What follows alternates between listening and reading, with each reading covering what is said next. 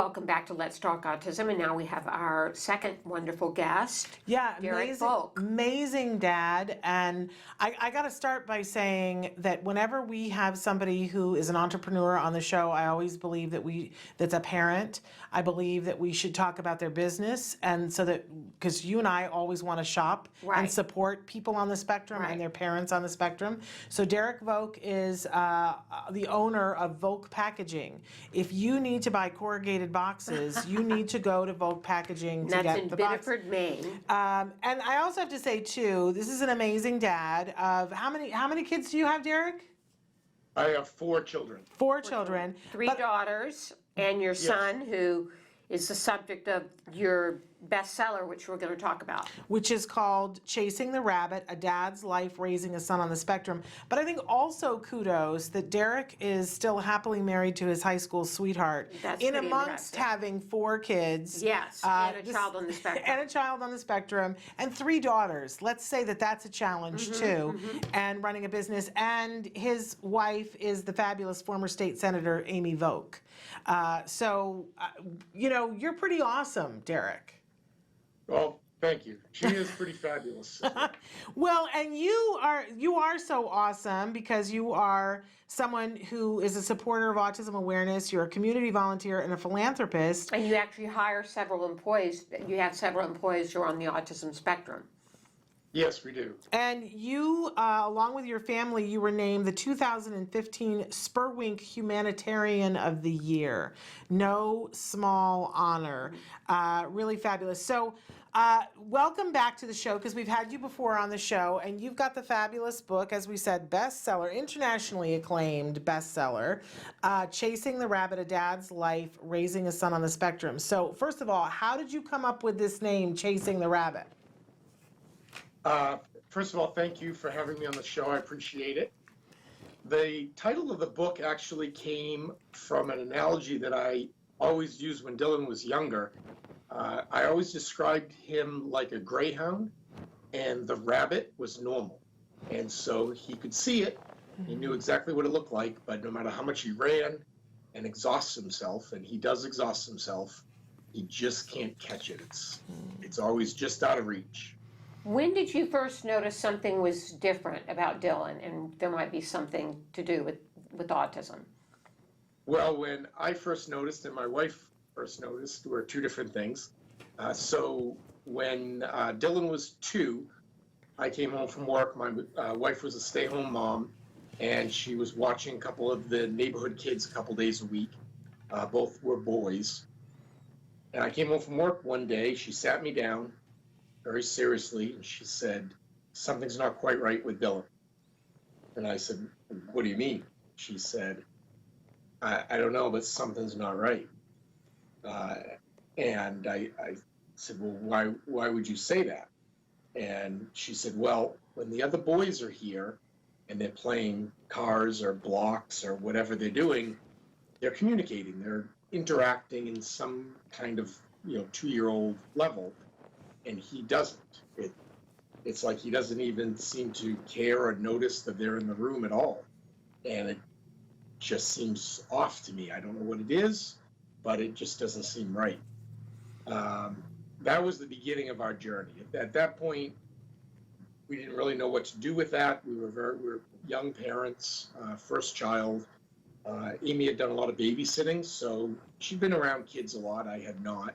So I didn't know anything about it.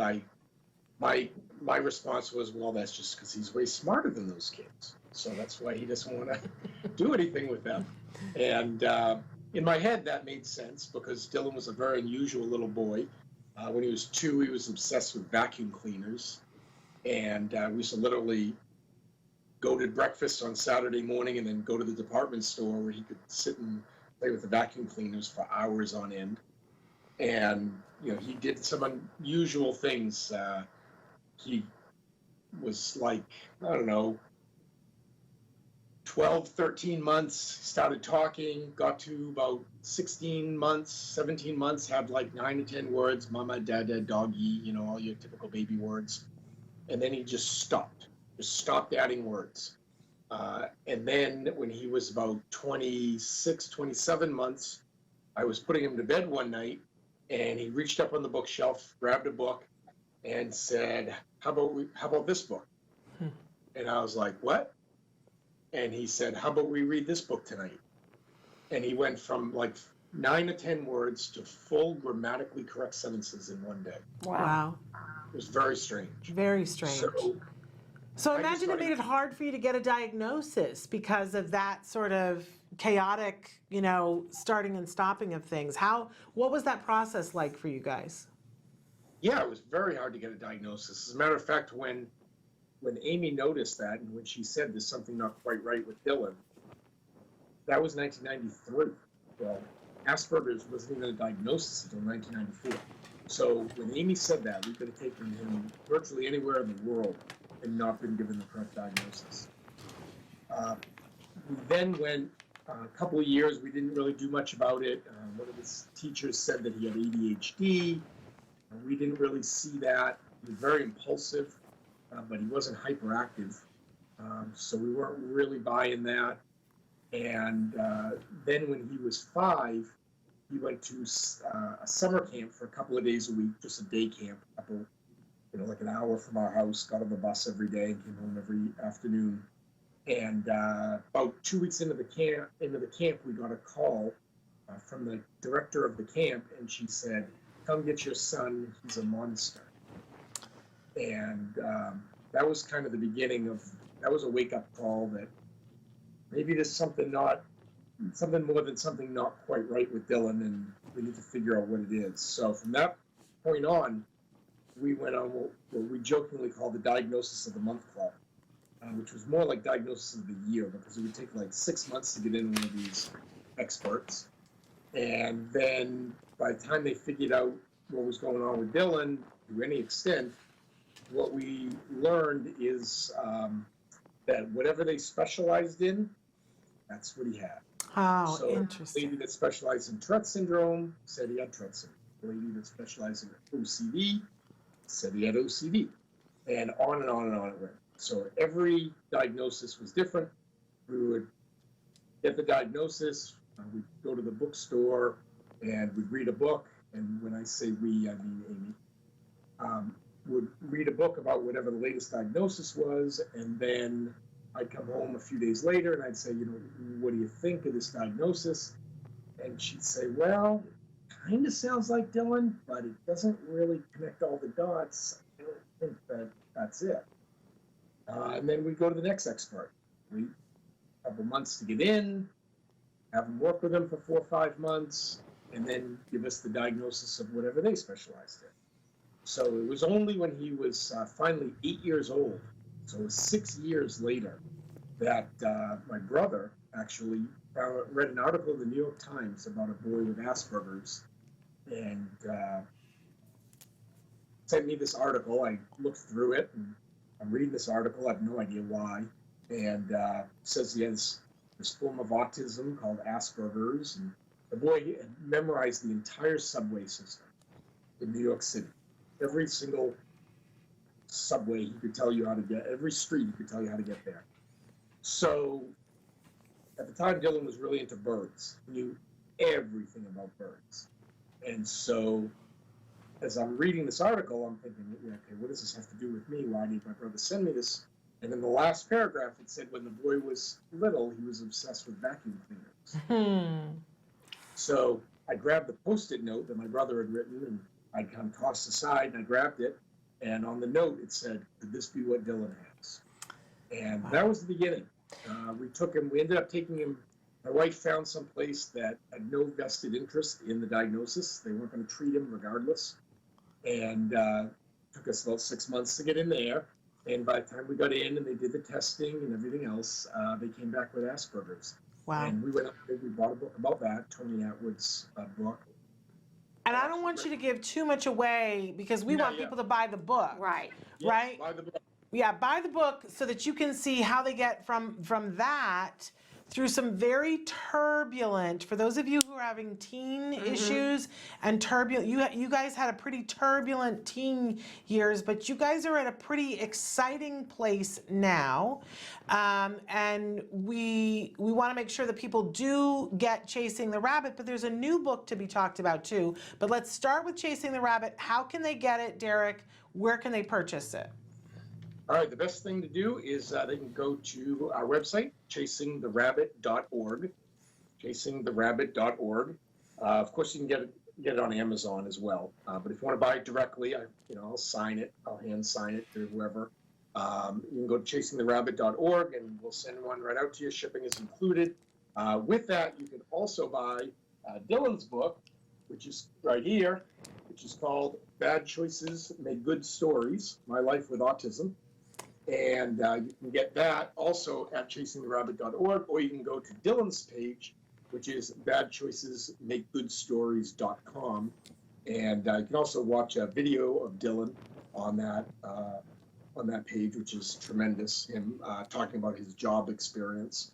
And so this book basically takes you from about 5th grade to beyond where Chasing the Rabbit ended, right through Dylan's very turbulent years after I kind of wrapped up Chasing the Rabbit, and then Dylan had some more adventures after that, including some arrests and a drug addiction that he has been very successfully overcoming. 2 years and 5 months clean now, thank God. Yeah, and you thank went through God. some pretty harrowing times, as Shannon said.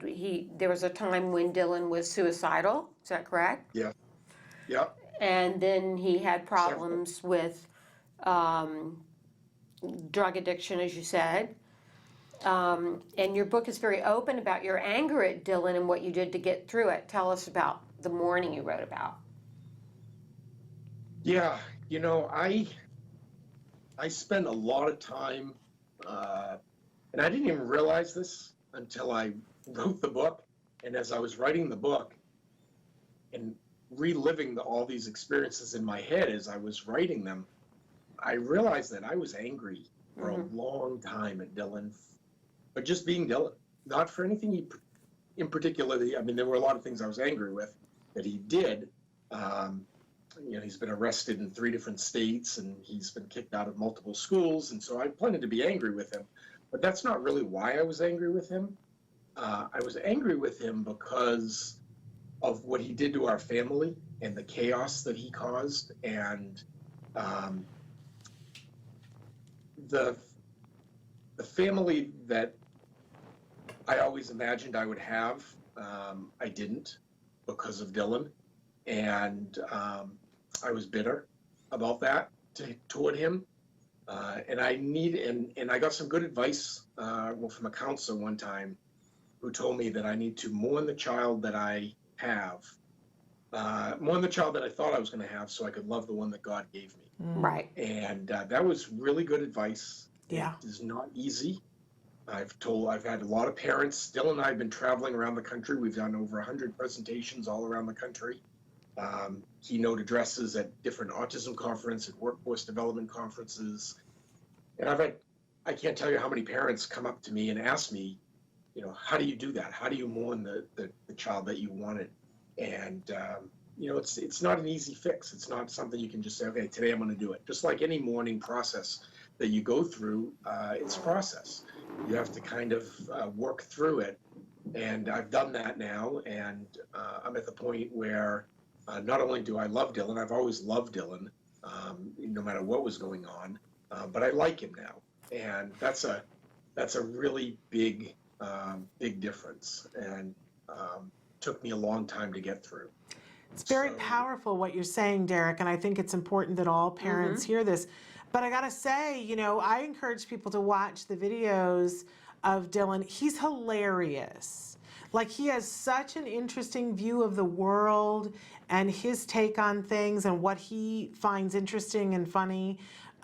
He's an amazing young man. I can totally understand why you love him and why you like him. If people want to book you guys to come and speak at their event, what's the best? Is Chasing the Rabbit still the place to go? Yeah, probably. If you go to chasingtherabbit.org, on that page, I'd encourage you to go to the speaking tab. And on the speaking tab, you can see all the places that we've been to. I have to update it. There's some new ones on there that I haven't even updated yet. And you can see some of the videos of us speaking. And from our website, from my website, chasingtherabbit.org, from Dylan's website, badchoicesmakegoodstories.com, you can easily email us, reach out to us. You can get us on our Facebook pages. If you go to Chasing the Rabbit Book on Facebook, you can follow what we're doing, what we're up to. And it's all very easy. If you Google us, trust me, you'll find us. Tell us what's We're next. very- Yeah, tell we're us very what's easy to next for find. you. We could not hide very easily. Okay. So, and I'd also encourage you to go to our YouTube, and if you go to YouTube and type in "Chasing the Rabbit documentary," just a month ago, a documentary about chasing the rabbit was released. Wow. And so that's in the early stages of being promoted, and it's currently available on YouTube. At like I said, if you go to YouTube, and I'll put it on my. It's on my Facebook page, of course. I got to put it on the website. But if you go to YouTube and type in "Chasing the Rabbit documentary," you'll see it, and it's about an hour long, and it takes you through our whole story, bit by bit. So what's next for Not you as much two? as the books do, obviously. What's next for you two now that you've accomplished all of this? Right now, we're just really trying to get out, speak as much as we can. We love speaking in front of audiences, sharing our story. You know, people ask me a lot, you know, are you happy with how the book is done? And of course, you always want more book sales. You know, you always wish you could be a New York Times bestseller and get on Oprah and Ellen and everything else. And that hasn't happened, unfortunately. We haven't quite hit that level of success as far as book sales are concerned. But I can tell you that if I don't sell another book or ever speak again, it has been the greatest and most impactful thing I'll probably, other than raising my children, that I'll probably do in my life, because the impact that it's had on families. Mm-hmm. And if you read, like if you go to Chasing the Rabbit on Amazon, you'll see I have 198 reviews, and they're almost all 4 and 5 star, awesome. Almost all 5 star. And the things that people say, the things that they say to us after we speak, the emails that we get, it's been way more than I ever expected as far as the impact that it was going to have on families, on parents. And for that, I'm eternally grateful. And right. I just feel, you know, this whole thing started when I heard God's voice tell me to write this book. And I feel with all my heart that everything we went through with Dylan was because these 2 books were supposed to be written. It's all part of God's plan. It's a powerful story. You guys are powerful speakers. Yes. I wish we had more time, but we're out of time. We need to close up here. But again, go to chasingtherabbit.com. Get these 2 books. If you're having an event, I'm sorry. chasingtherabbit.org. .org, sorry. Chasingtherabbit.org. Get these 2 books. Have these gentlemen come and speak, because it's a powerful, powerful message of a dad loving his son and sticking by him even when it gets super frustrating. And you've heard Derek tells it like it is. Thank you so much, and thank your whole family for us. Thank you for having me on the show. Anytime, be happy to come back. Okay, fabulous. Bye-bye. Bye-bye.